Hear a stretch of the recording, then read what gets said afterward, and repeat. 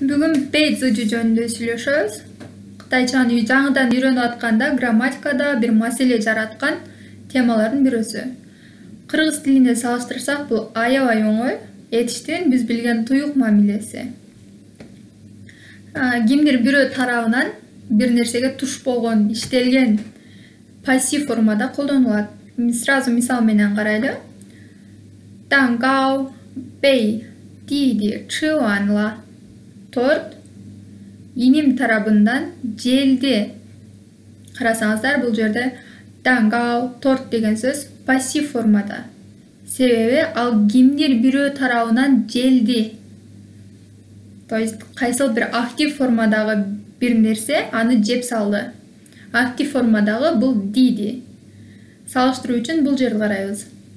Диди чы 蛋糕了. Иним торту жеди. Бул жерде актив болуп атат. Иним барып жеди ошону. Ал эми пассив формасында бул жерде диди жактан карап атсак, бул жерде 蛋糕 торт жактан карайбыз. Торт бей диди чыла.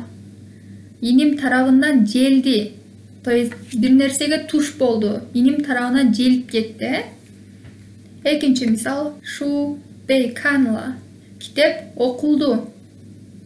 Китеп окулду. Китеп бул жерде пассив. Себеби кайсыл бир актив бир форма тарабынан окулду. Бул жерде сүйлөмдү толук карасак, шу бей о канла. Китеп мен тарабымдан окулду. Актив формага ала турган болсок, о канлы шу болот. Мен китепти окудум. Мен китеп окудум. Бул мен жактан, менин көз карашым менен айтылып атат. Ал эми китептин көз карашы менен китеп жактан айта турган болсок, шу бей о канла. Китеп мен тарабымдан окулду. Дагы бир мисал карайлы.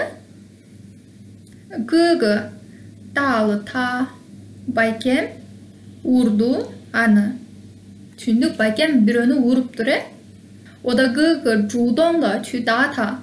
Менин активдүү болуп атат бул жерде гыгы. Ал эми ошол эле менин байкем бей та даала. Ал тарабынан урулду. Биринчи барып урду, экинчи кайра урулду. Бул жерде менин гыгым пассив болуп атат. Гыгы бей даала. Кимдир бирөө тарабынан урулду. Таяк жеди. Толук сүйлөмдү алсак, гыгы бей та даала. Ал тарабынан урулду. Түшүнүктүү болуп деп ойлойм. Дагы жөнөкөйлөштүрсөк, мисалы, байкем ар дайым эле бирөөнү ура бербейт турабы? Жудоң чү дата. Бирөөдөн улам эле бирөөнү ура бербейт, бирөөлөр таякта бербейт. Ара sıra кээде ал дагы таяк жейт. То есть биринчи гыгым бар бир ишти кылды, кайра ал бирөөлөр тарабынан таякталды, уруш жеди. То есть бирөөсүндө актив болсо, бирөөсүндө пассив болуп атат. Ушундай түшүнсөк болот. Бей дегенде туюк мамилесизге келсин, бирөөлөр тарабынан бир нерсеге туш болуу. Бейзи жөнү түшүнүп атканда, ушул мисалда карап алсаңыз болот. Шу бей о канла. Китеп мен тарабымдан окулат. Мен китеп тарабынан окулбайм. Ушунун тескериси кылсак, сүйлөм логикалык жактан туура эмес болот. О бей шу канла болсо, китеп мени окуган болуп калат. Анда бир аз логикага туура келбейт. Ошол үчүн пассив шу китеп бул жансыз зат окулат. Адамдар жактан, акыл эстүү адамдар жактан китеп окулат. Ошол үчүн ал пассив болот. Ал эми окуган адам активдүү формада болот, актив болот. Эгер экөө тең жандуу болсо, мисалы гыгы менен та экөө тең жандуу болсо, ошол эле учурда актив, ошол эле учурда пассив боло алат. Эгер жансыз зат болсо, ал көпчүлүк учурда пассив.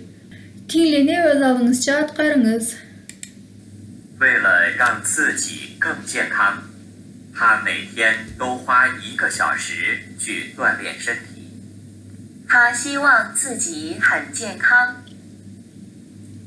为了让自己更健康，他每天都花1个小时去锻炼身体。他希望自己很健康。 Азыр жолун көрөлү. 为了让自己更健康，他每天都花1个小时去锻炼身体。他希望自己很健康。 Бұл жерде суроону түшүнсөк, та шиваң, ал үмүт кылат, ал каалайт, цыжи өзү хан健康, ден соолугу жакшы болушун каалайт. Ал өзүнүн ден соолугунун жакшы болушун аябай каалайт дейт. Аудионун ичинде сүйлөмдүн биринчисинде айтты, 为了让自己更健康, өзүнүн ден соолугун дагы жакшы кылуу үчүн, 为了деген бир нерсе кылуу үчүн, 为了让自己更健康, өзүнүн ден соолугунун жакшы болушу үчүн, 他每天 ал күн сайын 都花1个小时去锻炼身体. 锻炼身体деген ден соолугун чыңдоочу көнүгүүлөрдү аткарат.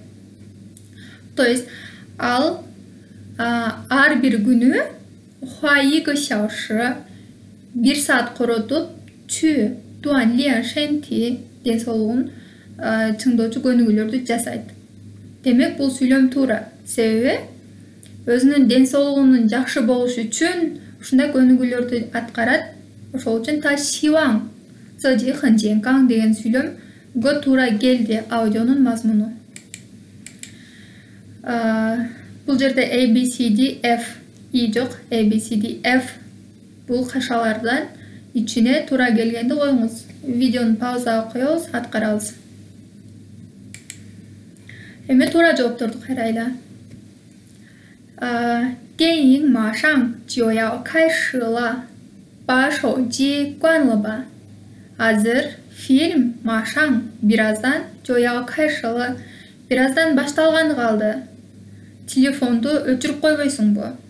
Бааны өткөнбүз табыш чөндөмөсүнүн н мүчөсүн алган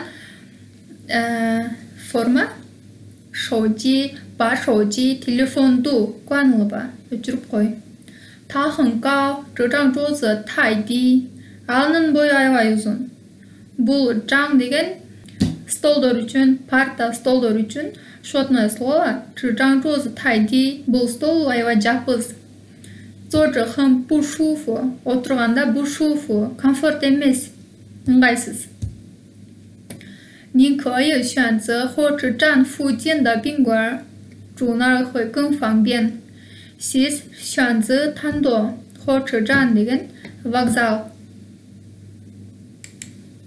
附近 деген жанында, жакынында, айланасында. Бингор. Siz вокзалдын жанына, жанындагы, жанына жакын бир отель карасаңыз болот. Жунар хой кың фаңбен. Анткени ал жерде калсаңыз сизге ыңгайлуу. 天气冷, 你多穿点衣服. Күн суук, сен көбүрөөк кийимге 小心感冒, грипп болгондон абайла. Эмнеге мao тандап атабыз? Шарттарга карасак, күн суук болуп атат, көбүрөөк кийим кий дейт. Ошону кийгенде грипптен абайлайсың. Кийинки 对一个女人来说，漂亮、聪明很重要，但其实更重要的是快乐。 对什么什么来说деген кимдин бирөөнүн ою боюнча. Буга кийин да токтолобуз бул структурага. То есть кыздардын, бир кыздын ою боюнча пяля, сулуулук, акылдуулук баары маанилүү. Тан бирок чиши деген чындыгында, эң негизинде чындыгында 更重要的是 андан да маанилүүсү куайлы. Кубаныч, көңүлдүү, шаттуу. То есть бул нерселерди айтып бардыгы жоңя, бирок андан да маанилүүсү чындыгында, чиши деген чындыгында эң негизгиси бул кубаныч, шаттуулук. Көңүл бурганыңыздарга рахмат. 如果有什么问题的话，你可以跟我联系。再见。